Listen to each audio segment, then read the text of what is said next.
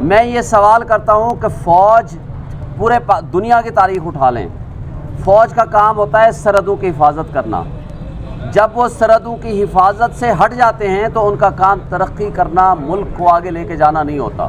اور اگر وہ واقعی SIFC میں بھی سنسیئر ہیں، اس ملک میں انویسٹمنٹ لانے کے لیے بھی سنسیئر ہیں، تو میں ان سے سوال کرتا ہوں کہ گندم سکینڈل گزرا، آپ نے اپنے کسی آنکھ کے تارے کو ہاتھ بھی لگایا؟ کیا کسی کے خلاف انکوائری بھی کی؟ کسی کو نیب میں طلبی بھی کی؟ یہ الگ بات ہے کہ عمران خان کے خلاف آج چوتھا کیس آپ بنانے جا رہے ہو۔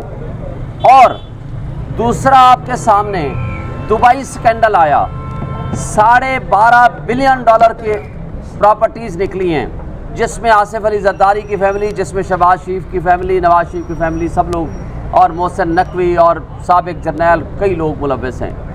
تو کیا نیب، FIA اور تمام ادارے، کسی نے اس کے اوپر کوئی انویسٹیگیشن یا انکوائری شروع کی؟ اور اگر نہیں کی تو کیوں نہیں کی؟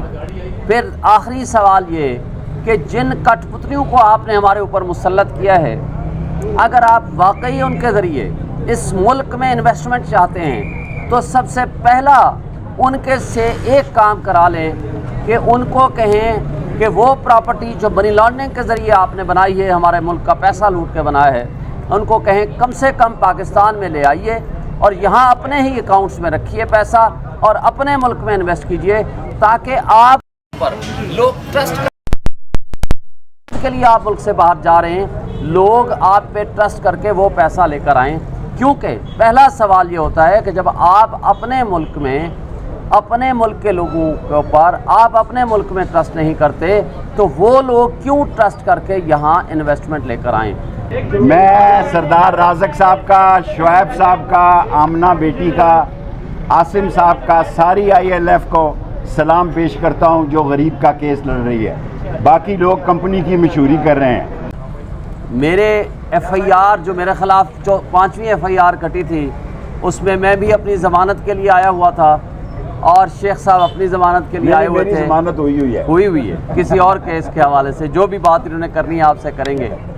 میری بات آج سے مختصر سی کروں گا، میں اپنا ٹائم شیخ صاحب کو دوں گا۔ نہیں آپ کریں۔ بات سمپل یہ ہے، آج جس طرح یہ انویسٹمنٹ کے ڈرامے ہو رہے ہیں، شعیب صاحب آ جائیں، آپ MNA ہوں گے جلد۔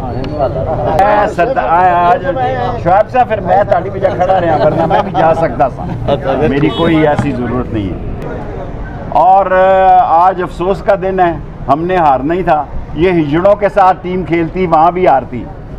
یہ خواجہ سراؤں کے ساتھ کرکٹ کھیلتے، وہاں بھی ہارتے یہ، کیونکہ ہر روز پاکستان میں لوگوں کے جذبات مجروح ہوتے ہیں۔ شعیب کہہ رہا تھا کہ سرمایہ کاری باہر جا رہی ہے، یہاں عدم اعتماد منی لانڈرنگ سے ہوا ہے۔ منی لانڈرنگ کے پیسوں سے عمران خان کی حکومت کے خلاف عدم اعتماد ہوا، اور آج جتنے کیسز ہیں، میں تو کہتا ہوں وہ بے نظیر شہید بہتر تھی جس نے پہلے مہینے ہی ہمیں 7 سال قید دے دی۔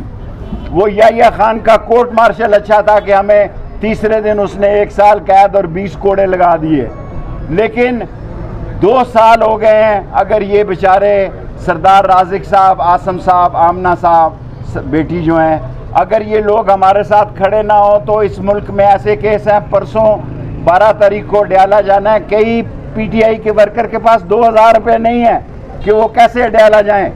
باقی لوگ سیاست کر رہے ہیں، سیاست نہیں ہو سکتی اس لیے کہ یہ 45 اور 47 کی لڑائی گڑھے میں لے کر جائے گی، اور یہ معیشت کی تباہی گڑھے میں لے کے جائے گی، اور یہ لوگ جو اپنے پسند کے شاہکار لا رہے ہیں، اور وہ میری بیٹی عالیہ اور صنم جاوید جو بیچاری روز آپ ان کو جیلیں پھرا رہے ہیں، روز آپ ان بیٹیوں کو جیلیں پھیلا رہے ہیں، آپ کو شرم آنی چاہیے۔